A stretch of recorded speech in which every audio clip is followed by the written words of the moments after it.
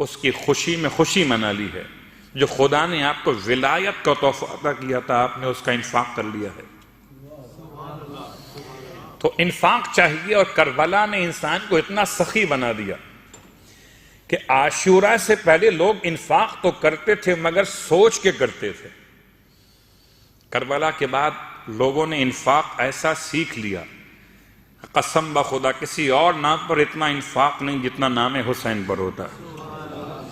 یہ قدر اتنی زندہ کر دی گئی، اتنی زندہ کر دی گئی کہ جو کل اپنے اولاد کو بچا کر رکھتے تھے، اپنا مال چھپا کر رکھتے تھے، کربلا کے چاہنے والوں نے اپنا سب کچھ قربان کرنے کے لیے ایسے اپنے دروازے کھول دیے ہیں.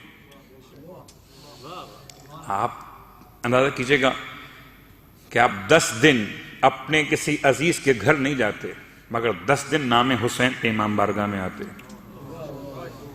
اپنے وقت کا انفاق. صلوات پڑھے محمد و آل محمد.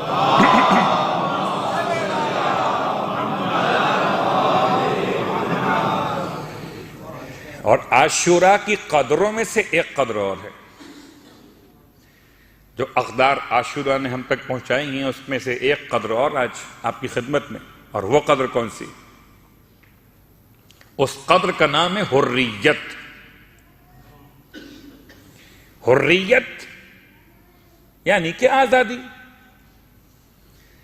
بڑی قیمت ہے اس کی، بہت مشکل سے ملتی ہے. اور آزادی کو سمجھنے کے لیے پہلے سمجھتے ہیں غلامی کیا ہے. جب تک غلامی سمجھ میں نہیں آئے گی تب تک آزادی سمجھ میں نہیں آئے گی.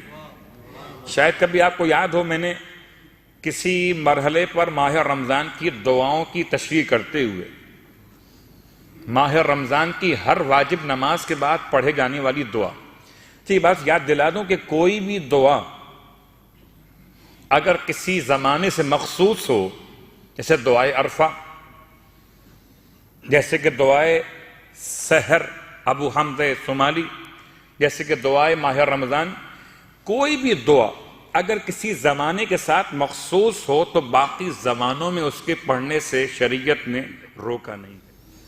اگر آپ چاہتے ہیں کہ آپ ماہ رمضان کی دعا یا علی یا عظیم یا غفور یا رحیم آج پڑھ لیں تو پڑھنے میں ممانعت نہیں ہے.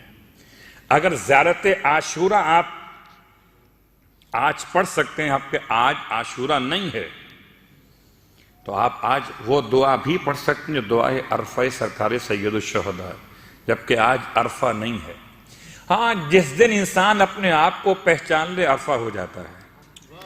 اور اگر 9 ذی الحجہ کو بھی اپنے آپ کو نہ پہچان سکے تو عرفہ کو بھی عرفہ نہیں ہوتا. اگر عاشور میں نام حسین، مقصد حسین سمجھ میں نہ آئے تو عاشور بھی عاشور نہیں ہے. اور اگر امام سے محبت ہو جائے تو ہر روز روز عاشور ہے. صلوات پڑھے محمد و آل محمد.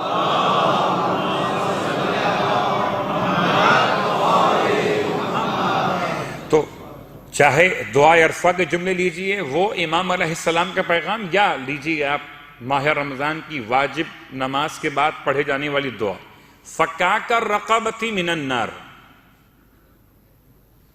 فکاک کھول دے، رقبتی میری گردن کو. اب جب تک گردن بند نہیں ہوگی، یعنی اس کی بندش کا احساس نہیں ہوگا، تو کھلنے کی نعمت کا احساس کیسے ہوگا؟ اب پہلے میں نے اس کو بند کیا تاکہ مجھے احساس ہو کہ بند ہونے پر یہ گلا کتنا کور کرتی ہے، گردن کا احساس کتنا ہوتا ہے. اب یہ جملہ سمجھ میں آیا. اگر یہ ہے گردن بند ہے، کھلے گی تو کیا ہوگا؟ کھلے گی تو یہ ہوگا کہ اب آپ کو ایک فرحت کا احساس ہوگا. پہلے انسان پہچانے جو دعا مانگی جا رہی ہے، جو عاشورہ نے قدر زندہ کی، وہ کیا ہے؟ کہ غلامی سے آزادی. تو غلامی کیا ہے؟ غلامی کی اقسام بہت ساری ہیں.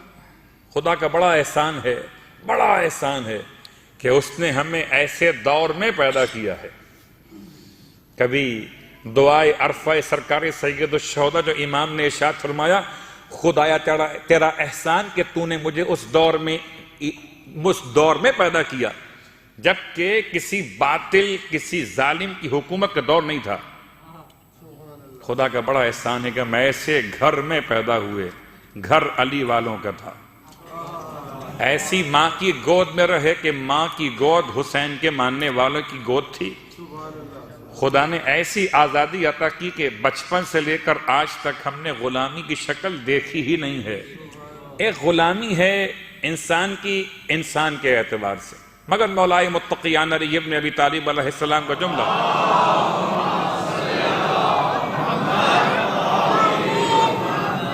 ارشاد فرماتے ہیں کہ تم کسی غیر کے غلام مت بنو. لا تکن عبد غیرک فقط جعلک اللہ حرا.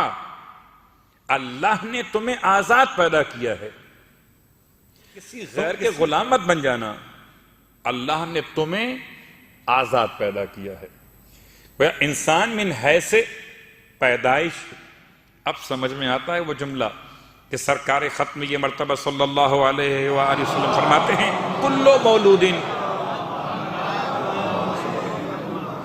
کلو مولود یولد علی فطرت الاسلام.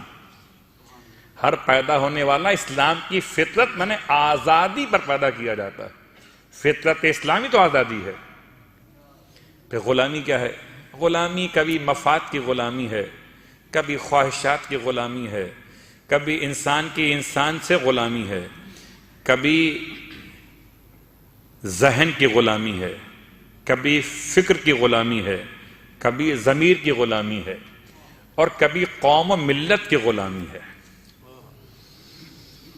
ایک انسان سے لے کر اور قوم تک بات آگے جائے. غلامی یہاں سے وہاں تک. کبھی ہاتھ بندھے ہوتے ہیں اور کبھی خیالات بندھے ہوئے ہوتے ہیں. کبھی گردن میں طوق ہوتا ہے اور کبھی کلمہ حق کہنے پہ زبان پہ تالے لگے ہوتے ہیں. چلیے جملہ سن لیجئے تاکہ ہم اور قریب ہو جائیں.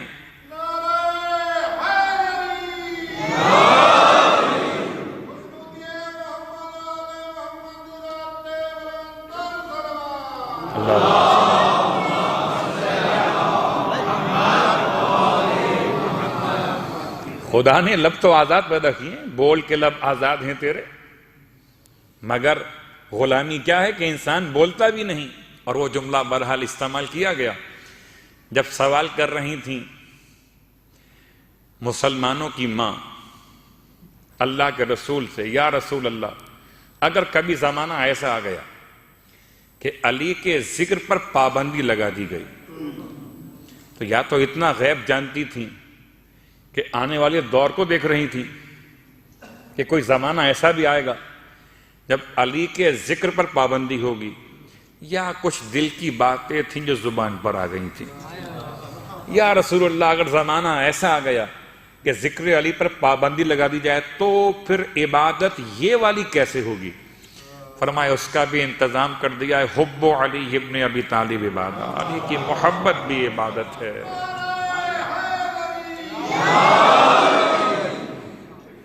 لیکن غلامی سے آزادی ضروری ہے. کیسے کیسے غلام ہوتے ہیں؟ آئیے بڑی آسان سی مثال، بہت مشہور روایت، بہت بار سنی ہے، آئیے ایک بار پھر سنتے ہیں حضور قلب کے ساتھ، رجوع قلب اور اعمال کی اصلاح کے ساتھ. کہ امام گزر رہے تھے، روایت کوئی نہیں پڑھتا ہوں، امام گزر رہے تھے، دیکھا کنیز باہر کچرا ڈالنے آئی ہے، گھر سے گانے کی آواز آتی ہے. امام نے اس کنیز سے سوال کیا گھر کس کا ہے؟ کہتی ہے میرے مالک کا. کہ آزاد ہے کہ غلام ہے؟ تو اسے غصہ آ گیا کنیز کو. کہتی ہے کیا سوال کیا یہ آپ نے؟ میرا مالک بھلا غلام کیوں ہوتا؟ وہ تو آزاد ہے. بہت لوگ سمجھتے ہیں اور آج آزادی کا مطالبہ کیا جاتا ہے کہ جتنا حرام ہے، جتنا مسئلہ حلال و حرام کا سب ختم کر دیجئے، آزاد کر دیجئے، کوئی بات ہم پر پابندی رہے نہیں. لباس کی پابندی ہے، تہذیب کی پابندی ہے، سماج کی پابندی ہے، دین کی پابندی ہے، شریعت کی پابندی ہے، اور انسان ان تمام پابندیوں سے چاہتا ہے کہ اپنے آپ کو آزاد کرا دے. لیکن یہ پابندی اصلاً آزادی ہے. اصلاً پابندی کیا ہے جو امام فرما رہے تھے؟ کیا یہ بتا، یہ جو گھر ہے یہ کسی غلام کا ہے یا آزاد کا ہے؟ کہتی ہے آزاد کا گھر ہے۔ تو ارشاد فرمایا اگر کسی کا غلام ہوتا تو اپنے مالک کی رضا کا خیال تو کرتا۔ اور یہ ارشاد فرما کہ آپ چلے گئے، اس کے بعد بشر کو احساس ہوا، اور پھر جو نفس کی غلامی تھی، نفس کی غلامی، اس سے آزادی حاصل کی۔ لوگ کہتے ہیں میرا دل چاہتا ہے، دل چاہتا ہے کہ گناہ کر لوں، دل چاہتا ہے کہ کھا لوں، دل چاہتا ہے پی لوں۔ یہی مسئلہ دل کا ہی تو ہے۔ اگر دل خدا کی مرضی کے تابع ہو گیا اور زیادت وارثہ کے جملے سمجھ میں آ گئے، کبھی حضور قلب کے ساتھ قلبی قلبی لقلبکم، قلبی لقلبکم، میرا دل، قلبی اے ماتمدار، اے حسین کے چاہنے والے، کبھی امام کی بارگاہ میں یہ جملہ تو ادا کیجئے، قلبی لقلبکم، میرا دل آپ کے دل کے تابع ہو جائے، کہ جو آپ کے دل چاہتے تھے ویسا میرا دل چاہنے لگے تو میں حسینی صلوات پڑھیں محمد و آل محمد۔